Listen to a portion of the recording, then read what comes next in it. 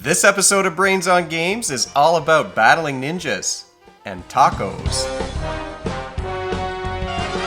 Welcome to Brains on Games. I'm Dr. Brian McDonald, and this episode, like I said, is all about ninjas battling and tacos. The folks over at Turn Sideways Games sent me a copy of Taco Ninja Adventure. This is a game for kids age 14 and older, although I think younger kids could probably get the gist of this thing too. You can play a game in about 20 minutes, and you can play with between 2 and 6 players. Let's take a look at Taco Ninja Adventure. Like I said, this is the deluxe edition of the game, so you get things like this giant metal coin that identifies the first player with a taco and crossed swords behind it. But it's a game with these battling ninja characters. So each player, if you're playing a 2-player game, each player is going to control 2 of these taco ninjas, and they are these fighting characters that have tacos for heads. You're going to have between 4 taco ninjas or 6 if you're playing a really big game, taco ninjas battling against each other. You've got a player card that keeps track of how much life or how many hit points your taco ninja has. Each of the ninjas has a special ability. So you can see the fire taco here. If he does an attack that's successful and one of the dice is a 6, he gets to take an item card that we'll talk about in a moment. You'll start the game with 4 or 6 of these ninjas on the field of battle, ready to attack each other. You get a choice at the beginning whether you want to move your figure from the field of battle into the dojo where they can learn some more powerful attacks, or do you want to attack one of the other ninjas on the field?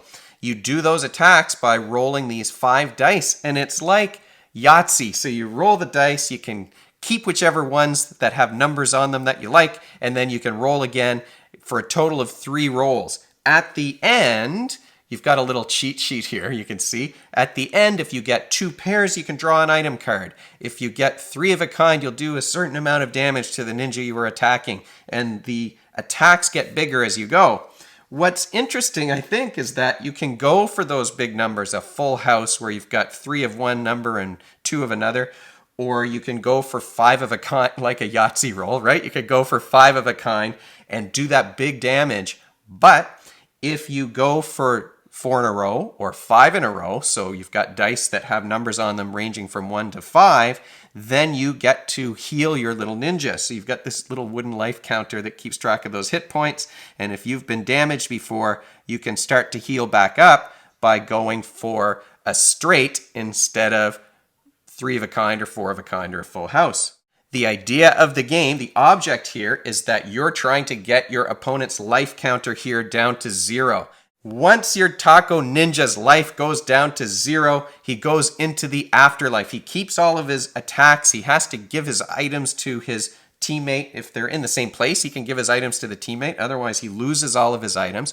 While you're in the afterlife, you can try to roll 4 in a row or 5 in a row, get those straights and heal your teammate.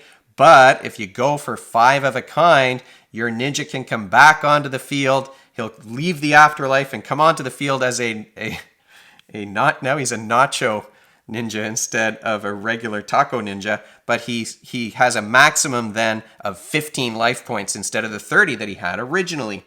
You'll be rolling those dice to get the 4 of a kind or the 5 of a kind or a full house or maybe the straight so that you can heal your teammate or yourself. But sometimes you're going to want to move off the field of battle and instead of attacking, to learn a new attack or to grab an extra item. The fire ninja is lucky because anytime he attacks and rolls a 6 in those dice, those final dice that he uses for the attack, he gets an item card. And those items are things like milk, which can negate spicy ninja damage. Or you might get zest of life. So you've got the limes here, and those limes will allow you to heal for life. But it's the attack cards, I think, that are really interesting because with those attacks, everything's a pun based on some sort of a taco ingredient. This is the Baja Belly Bump, and if you decide to train your ninja in this move, he stays in the dojo. You sort of put this little move underneath your power card. I'll leave it where you can see it. And then the next turn, he's got to stay in the dojo to learn that move. So it stays here on the turn that he chooses it. and then it's going to move down here, and on the following turn, he can come out. You're making some choices then about taking a ninja out of the battle for a little while in order to learn these more powerful attacks. Now, when the fire ninja rolls 3 of a kind, he gets to do 2 extra damage to the ninja he's attacking. If he does 4 in a row, he heals an extra 4. That's a great ability, and you can add up to 3 attacks to this one. I didn't check ahead of time what we were going to do here. You can add 3 attacks to this one. You can see some of them have some fire in the background. That's spicy damage, and that means it can be canceled with milk. But you can have these 3 powers, and now all of a sudden, if I roll 3 of a kind, especially if it's odd, it's going to do huge amounts of damage to this other ninja. These are powerful abilities, but you have to take your ninja off the field for 2 turns in order to choose them and learn how to do those special moves.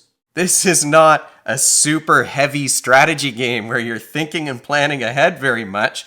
I mean, it is meant to be a small game that you can bring with you anywhere. The version that I have came with a little bag that you can put everything in, as long as you use these little cards as your life counters instead of these great big mats like the ones I've pulled out there. But it is a game where you are thinking a bit about the probability that certain things are going to happen. What are the odds that you're going to be able to roll those 5 of a kind? Now, somehow my son kept rolling a full house. Every turn he was rolling a full house. He was just so lucky with the dice when we played this game. And that, I mean, we were fairly close in terms of our performance, but he certainly won the games that we played. But he was rolling a full house every turn. The odds of that are not very good, but you are evaluating probability and you are deciding what's the risk of taking one of those ninjas off the field. Another interesting choice that you have to make is that what happens if you take both of them off the field at the same time? If they're both trying to learn some ability, well then if one of the other ninjas attacks, it does damage to both of these ones in the dojo instead of just one. So there are some demands for executive functioning skills. There's a little bit of planning, a little bit of thinking about probability. So you're doing some of those calculations. So that's a working memory activity. And working memory is one of the executive functions. These demands are not heavy. This is a fun game that's really more about the taco puns. And it's a game that my 17-year-old son, asked immediately, well, let's play this again. We played it a few times in a row, so it wasn't one that we put away right away. So it's sort of fun and silly and funny. There are minimal demands for strategy, but you are thinking about those probabilities. And one of the things I like is that trade-off between you're going for a very different combination of dice if you're trying to damage the other ninjas versus if you're trying to heal your own ninja or your teammate. And that, in a nutshell, is Taco Ninja Adventure. This is a game that has silly cards, great artwork, fantastic components, and I really like that great big first player coin. And I have to thank Turn Sideways Games for sending this one my way. If you have any questions or suggestions for me, you can always find me at brian@brainsongames.ca. Brainsongames.ca is the website. That's where future episodes will go, and the previous episodes are up there already. Brains on Games is the Twitter handle and the Facebook page and the Instagram feed, so we're all over the place. And if you enjoyed this episode and you want to be notified of future ones, you can head on over to YouTube and click that subscribe button. Thanks for joining me, and hopefully I'll see you next time.